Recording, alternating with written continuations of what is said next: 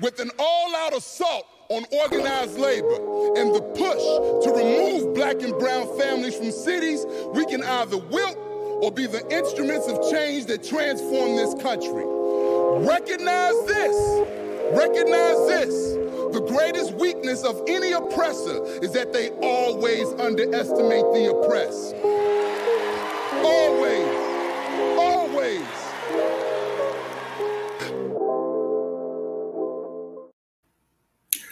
Hey, what's happening, everybody? I want to say peace, Habari Ghani, Hotep, Assalamu alaikum, and what up, though?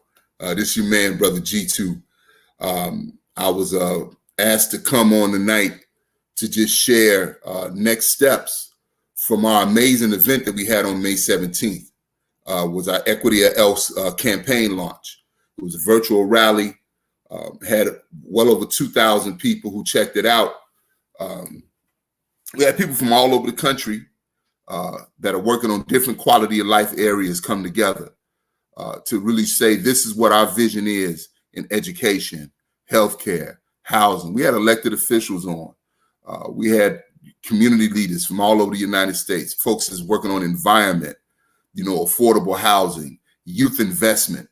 It was really a powerful day, man. I want to just say thank you to everybody who lent your time, because originally we were going to do it in person. And then when things got a little, when the security question really got a little more heightened, we decided to do it virtually. So, and I want to thank everybody for staying, connected and staying involved and invested in this vision of saying, that we're going to stop organizing in our silos, that we're all fighting the same wolf. So instead of me organizing as if the only issue is education justice, we understand that the inequity in education is directly connected to the violence that we endure by police, or the lack of affordable housing in our communities, or why when you look in cities, the places where we see the less safe environments, like where they dump toxic waste, is in our communities, in Black, brown, and indigenous communities. So the simple fact is that if we are organizers, we have to be organizing for a vision, not around a particular issue. So again, I want to thank you all for staying connected. And we're going to just talk about next steps today. So again, my name is Jitu Brown, coming to you all live and direct from my new COVID office, which is my basement. My wife put me off the front porch. So, hey, you know how that go. Happy wife, happy life. So, I want to say a little bit about who J for J is. Journey for Justice Alliance is an alliance. I hate to use the same word twice, but an alliance of grassroots community-based organizations, primarily Black and brown groups in over 36 cities around this country. And we're committed to using community organizing to win equity in public education. We understand that the artistic science of community organizing is something that has really been forgotten and really been murdered out of Black communities.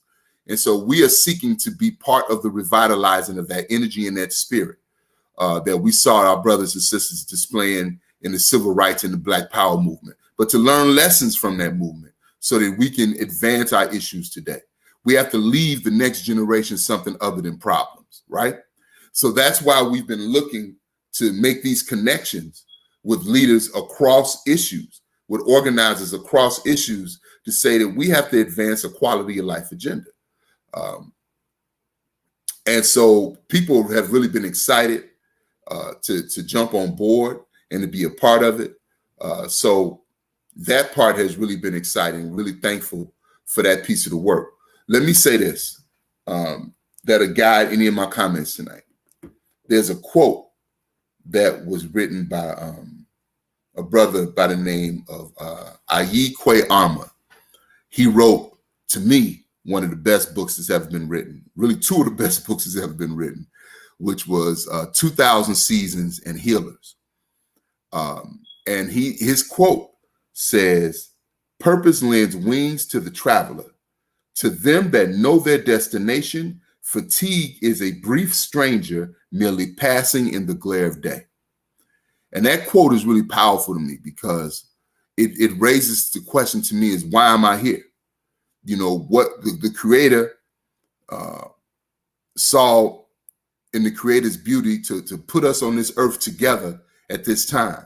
We know that we only here for a blink of an eye. So the question becomes, what is the purpose of us being here? Is it to fight the good fight? Is it to get accolades? Or is it to actually win a better world? Is it actually to leave this world better than we found it? And, you know, I'm a firm believer in something that Malcolm X said. He said, I'm not a particularly educated man, nor am I an expert in any field, but I'm sincere, and my sincerity is my credential. So what I would ask people to do is just look at the work that we do, look at and you will know. And I'm a proud son of the Kenwood Oakland Community Organization in Chicago. And I remember a brother saying, one of our members said this in a public meeting, and it filled me with just joy when he said it. He said, you know, I come to these meetings because the one thing I know about cocoa is y'all will never sell us out. And that made me feel so good. It made me feel like, you know, in that moment that I'm becoming the man that I'm supposed to be. And so the reason I'm going through all that is that if we operate as if we can't win, then we shouldn't struggle. If we operate as if we got to aim for the lower fruit, then we wasting our time. We betraying those that come after us if we operate like that. So we are very serious about building a movement around improving the quality of life in our communities, removing white supremacy from education, removing the knee off our neck in regards to policing and the loss of affordable housing and the liquor store that's on every corner in our neighborhood and the businesses that are in our community ran by people who don't look like us, and the lack of economic development opportunities and the lack of involvement, being able to be in trade unions and et cetera, et cetera, et cetera, et cetera, that we want to bring people together. So I want to send a shout out to, you know, some of the groups that were, you know, front and center on May 17th. I want to definitely send a shout out to my sisters and brothers in the Journey for Justice Alliance. I want to say nothing but love to my sisters and brothers from Center for Popular Democracy. What's up, Vaughn? What's up, Dimitri? Young people killed it around the youth mandate. I want to send love out to the National Alliance Against Racist and Political Repression, my brother Frank Chapman, you know what I'm saying, and all my other brothers and sisters there. Kobe, thank you all for everything that you do. I want to say peace and love to my sister Cheryl Johnson with People for Community Recovery, doing environmental justice work on the far south side of Chicago. My brother Baba Durrell Jordan with the Eastern Michigan Environmental Action Council. All my sisters and brothers around the country that's been doing this work, man, to the American Federation of Teachers and NEA. Thank you all for riding with us on this. Every group that has been a part of this process, and even those of you all that are coming in slowly, my brother Rodrigo with Mejente, thank you, brother, for the work that you all are doing. And so we got a lot of work to do. So May 17th was popping. It was, as the young people say, it was lit. I don't even know if the young people even say lit no more. I'm just out of it. But anyway, May 17th was on point, man. And so the question is, what are the next steps? So as you all know, billions of dollars are getting ready to flow through our communities. I shared with members of J4J that as a young organizer, I had an experience with the Empowerment Zone. I don't know, for those of you are old enough to remember when Bill Clinton put millions of dollars in different cities, supposedly to fight poverty. My job, along with my brother Jalita Bennett, the executive director of the Kenwood Oakland Community Organization, is we worked with the youth to develop for the city of Chicago the Youth Futures portion of the Empowerment Zone. So we had a large group of youth from all over the city that we were meeting with, and we came up with an idea of level 1 teen centers based on need all over the city. Level 1 youth centers, not just teen centers. Comprehensive centers that provided employment, recreation, academic support, et cetera, et cetera. Really bold proposal, right? But we felt good about it. And what happened is that the former mayor of the city of Chicago, Richard Daley, stole it and then created something called Youth Nets, which they put inside of park districts, offices inside of park districts. a complete mutation of what we had developed, right? And it lasted about 10 years and then it faded out. And I realized in reflection over that time, I was maybe like 27, 28 when we were doing that, is that one, we didn't realize that most of the people that we were in the room with were gatekeepers. What I mean by gatekeepers are people who are really there to be middle management and to manage you for the establishment, right? So a lot of we were coming from this grassroots community-based organization, but a lot of the people we were working with, they were not organizers. They were trying to get their seat at the trough. And so we didn't have the organizing muscle to fight the mayor on this. And I learned from that. And I think now we do have organizing muscle. We are connected all over the country. We have relationships. I'm not talking about activists. I mean, groups that have constituencies. We are connected all over this country. So if we don't get organized around how these resources need to flow in our communities, then what will happen is what they did with the empowerment zone or what they did with the lottery. Remember when the lottery was supposed to go towards funding education? They will continue to do what they have done historically because we have not had the infrastructure for organization in our neighborhoods, right? We have not operated as if we're dealing with the wolf. Well, I think we know now we're dealing with the wolf, right?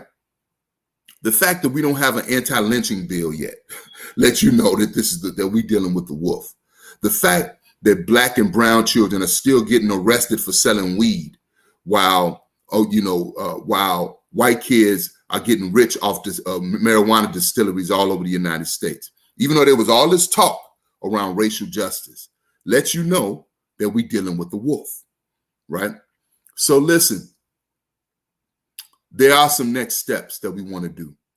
We are proposing that what we do next between June of this year and March 31st of 2022 is that we will hold what's called Grassroots Voices Listening Projects.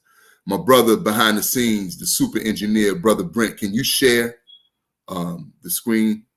So let's go back to the first screen in that whole piece. I think there we go. So Grassroots Voices Listening Projects is a tool that I used many years ago. I was a part of using when we were organizing around the United Nations Conference Against Racism in Durban, South Africa. And we wanted to organize grassroots voices in that process. So I personally convened over 100 listening projects, and we did hundreds of them around how racism impacted their lives. And then we brought that data to the UN and actually won the support of, at that time, Thabo Mbeki and the former UN chairperson for what we were proposing, which was a global youth network. So what we're saying now is we should do these listening projects because inequity poisons every quality of life institution that impacts our lives, whether it's education, housing, healthcare, safety, food, youth, environment, economic development, whatever you look at, it is poisoned. It is infected by inequity, infected by white supremacy, infected by racism, right? And it reflects itself. It reflects that infection with how it deals with us. Most people take these institutions for granted. For us, it's a fight, right? We can go back to the screen, brother. I want to share the next screen with folks. All right. So what are the goals of the listening projects? It's four goals. We want to effectively document how structural and institutional racism impacts quality of life institutions in our communities, right? In Black, brown, and indigenous communities.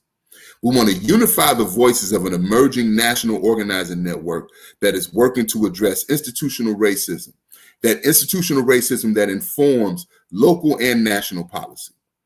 We want to collect authentic stories, qualitative evidence, to align with peer-reviewed research, quantitative evidence, strengthening the demand for community-driven investments in basic quality of life institutions. You know, I was named after a brother by the name of Jitu Brown, ancestor now. Much respect to the ancestor Jitu Brown. And he was based in Brooklyn, New York. And one of the things that Baba Jitu was known for was the community control of schools organizing in Brooklyn in the late 60s, early 70s. And it hasn't changed today. The biggest issue in our communities is that we don't run them, right? The biggest issue in our communities is that people who are not us control those institutions. And even those that look like us operate in the interests of those that don't. So we realize that we have to have self-determination if we want to see a better world, if we want to see a world that's more aligned with how we see ourselves, the best selves, the best us that we can see, then we have to have control over those institutions. So the last goal is to pressure local and federal decision makers to support our equity-based quality of life agenda. So when we do these listening projects, we're going to be asking questions, one around the harm that racism has done, and then two, around your vision for solutions in a particular quality of life area. We'll bring all that information together, and that's how we're going to build our quality of life platform. We're not going to tell the people what they should care about. We're not going to decide for the people what they should care about. We believe what Ella Baker said: oppressed people, regardless of their level of education, have the ability to see the world as it is, to understand their place in the world, and move to transform it. If we believe that, then I don't care if it's Miss Jones with a high school diploma, if it's Pierre that's off the corner, or if it's, doctor this or doctor that. We all have a right to have a say in how this world affects us. And so that's what we will do with the listening projects, right? Hey, what's up, my sister Beth? Much love to you, Beth Glenn. So, all right, Daryl, Baba Daryl, I see you there, brother. So we are going to definitely engage in these listening projects. We're asking you to organize listening projects in your cities, right? We have facilitators, we have documentarians that will come and make sure we take notes. Now, what we're going to be doing, but before I go there, I get ahead of myself sometimes. I'm excited. Y'all got to bear with me. Let's go to the next screen, brother. So here's basic stuff on how to do a listening project. All right, this doggone shame. Middle-aged, man, I got contact lenses and reading glasses. No good. All right, anyway, what we want to do is establish a code of conduct in the beginning. Strong facilitation is key. You definitely want to give people voice, but you have to frame the conversation. People directly impacted by racism are the core audience. This next point is critical. People must speak to their lived experiences, not their opinions. There's an old quote: avoid strong opinions, for they suit weak men and women better. We want people to share wisdom, not just this what I think, right? And so, and I'm going to connect that point in a few minutes to the last point. People should have no longer than 4 minutes to get their statement. You want to encourage people to submit written testimony. We must have official documentarians for the listening projects. We definitely want to take notes. We want to videotape. We want to take pictures. And the most important point, connected to the whole piece around people speaking from their lived experiences, in listening projects, there is no debate. There's no debate in listening projects. What we want to do is what nobody does. And sisters and brothers, I maintain this is our secret weapon. Nobody goes into our communities and engages the people directly impacted around what type of world do you want to see with any type of seriousness and respect. When we do, we win. When Alliance for Quality Education in New York engaged people in New York around what kind of education system they want to see, and they did it with respect and deep engagement, people in the city of New York was like, hey, if you're going to be mayor of this city, then we want community schools. And guess what? That's how de Blasio became mayor. Their goal was not to elect de Blasio. So I'm not painting this like they in de Blasio's camp. But what I'm saying is, the mayor before de Blasio, which was Bloomberg, was a privatizer. And this community organization, mainly of Black and brown mothers, with a few fathers sprinkled in there, in America's biggest city, changed the education landscape. They absolutely did, right? If I understand things correctly, people often ask us about the fight for Diet High School. The reason why we won Diet and we created the model of sustainable community schools, which is now gone national, is because we deep engagement of the people in the Bronzeville community. And people will fight for what they help to build. Don't y'all ever forget that. People don't want you to bake the cake, decide what flavor it is, and then say, well, you can put some sprinkles on there. No, we're going to be the architects, and we're going to live in the house, right? And so that piece is an undeniable fact of community organizing. People will fight for what they help to build. So this platform will be built by us. It will be built by the people. It will not be built by gatekeepers. It will be built by grassroots people who know that they have the power to determine how institutions engage in their communities, right? So, hey, peace, Sister Sharon. Good to see you. All right, so let's go to the last slide, I believe. All right. So these are our next steps. Much love to my sisters and brothers in Denver. Y'all see those Equity Else t-shirts. That's right. And those Equity Else t-shirts will be for sale. We will be having those on our website. So, just hang loose. We'll let y'all know when we got those, you know what I'm saying, ready to be rolled with. But look, our next steps is that we're going to organize listening projects in at least 50 cities around the country over the next year, 9 months. Like I said, pretty much from June to March of 2022. Now, we're going to be bringing in local and federal officials to listen and express support.